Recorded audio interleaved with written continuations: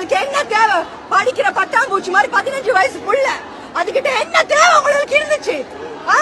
வீட்டுல பொண்டாட்டி மாதிரி இல்லையா? எதுக்கு கை வைக்கிறீங்க? எல்லா அப்பா அம்மாரு நல்லா கேள்வி கேக்குறேன்.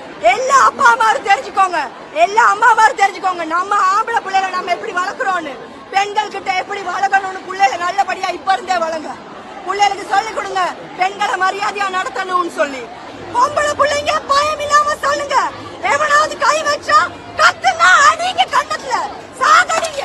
எவனாவது எங்க உடம்ப தொடறதுக்கு அவனுங்க யாரு? என் உடம்ப தொடறதுக்கு அவன் யாரு? அரைங்க கண்ணத்துல. இத நியாயம் கிடைக்க வேண்டிய விஷயம். அவளை ஒரு நாள் அவன் சித்திரவதை பண்ணிருக்கான். இந்த சமூகம் ஒவ்வொரு நாளும் அவளை சித்திரவதை பண்ணிருக்கீங்க, ஒவ்வொரு நிமிஷமும் சித்திரவதை பண்ணிருக்கீங்க. யாரு ஃப்ரெண்ட்ஸ் எல்லாம் யாரு? நாங்க இத்தனை வயசுக்கும் இந்த ஃப்ரெண்ட்ஸ் கிட்ட தான் எங்க கஷ்டத்தை சொல்லி அழுவோம். ஏன் அவளை எல்லாரும் ஒதுக்குனீங்க? யாருமே அவளை கிட்ட எடுக்கலையே. அந்த பொண்ணுக்கு யாராவது பக்கத்துல இருந்திருந்தா இப்படி பண்ணிக்கிட்டு இருக்க மாட்டோம். இன்னைக்கு சாவச இறந்து போனதால இத்தனை பேர் போராடுறீங்க. ஏன் ஒருத்தர் கூட அந்த டைம்க்கு அவங்க துணையா இருக்கல? இந்த உண்மையை வெளியே கொண்டு வரல. ஏன் கொண்டு வரல? உண்மையை பேச பயப்படாதீங்க. எப்பவுமே உண்மையை பேச பயப்படாதீங்க. பொம்பளை பிள்ளைங்க பயம் இல்லாம சொல்லுங்க.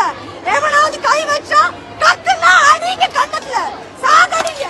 எவனாவது எங்க உடம்ப தொடறதுக்கு அவனுங்க யாரு? என் உடம்ப தொடறதுக்கு அவன் யாரு? அரைங்க கண்ணத்துல. கட்டாயம் குட் டச் பேட் டச் பிள்ளைகளுக்கு முதல்ல போசம் படிச்சு கொடுங்க. பொம்பளை பிள்ளையோ ஆம்பளை பிள்ளையோ குட் டச் பேட் டச் சொல்லி கொடுங்க. ஸ்பீக் அப் பண்ணுங்க. யாராவது தப்பா பயன்படுத்த பாக்குறாங்களா அறைய சொல்லி கொடுங்க. பிள்ளைல தைரியமா வளங்க. வாய மூடு, சொல்லாத, வெளியே சொல்லாதன்னு சொல்லி பழக்காதீங்க. சொல்லி பழக்கி தான் இந்த புள்ள இப்படி போச்சு. ஒரு தாயிட வேதனை இன்னும் எத்தனை தாய்மார் வேதனை பட போறீங்க? எத்தனை தாய்மார் அட போறீங்க? தைரியமா பேசுங்க, தைரியமா பேசுங்க. பிள்ளைங்கள அடிக்க சொல்லி கொடுங்க, கராத்தே கத்து கொடுங்க, உதைக்கிறதுக்கு சொல்லி கொடுங்க. இந்த நாய்களுக்கு அதுதான் சரியான தண்டனை. மானத்தை வாங்க, நடு தெருவுல மானத்தை வாங்குங்க. அப்பதான் இந்த மாதிரி நாய்கள் திருந்தும். உங்களுக்கு என்ன தேவை? படிக்கிற பட்டாம்பூச்சி மாதிரி 15 வயசு புள்ள, அதுகிட்ட என்ன தேவை உங்களுக்கு இருந்துச்சு? வீட்டுல பொண்டாட்டி மாதிரி இல்லையா? எதுக்கு கை வைக்கிறீங்க? எல்லா அப்பா அம்மாரு நல்லா கேள்வி கேக்குறேன்.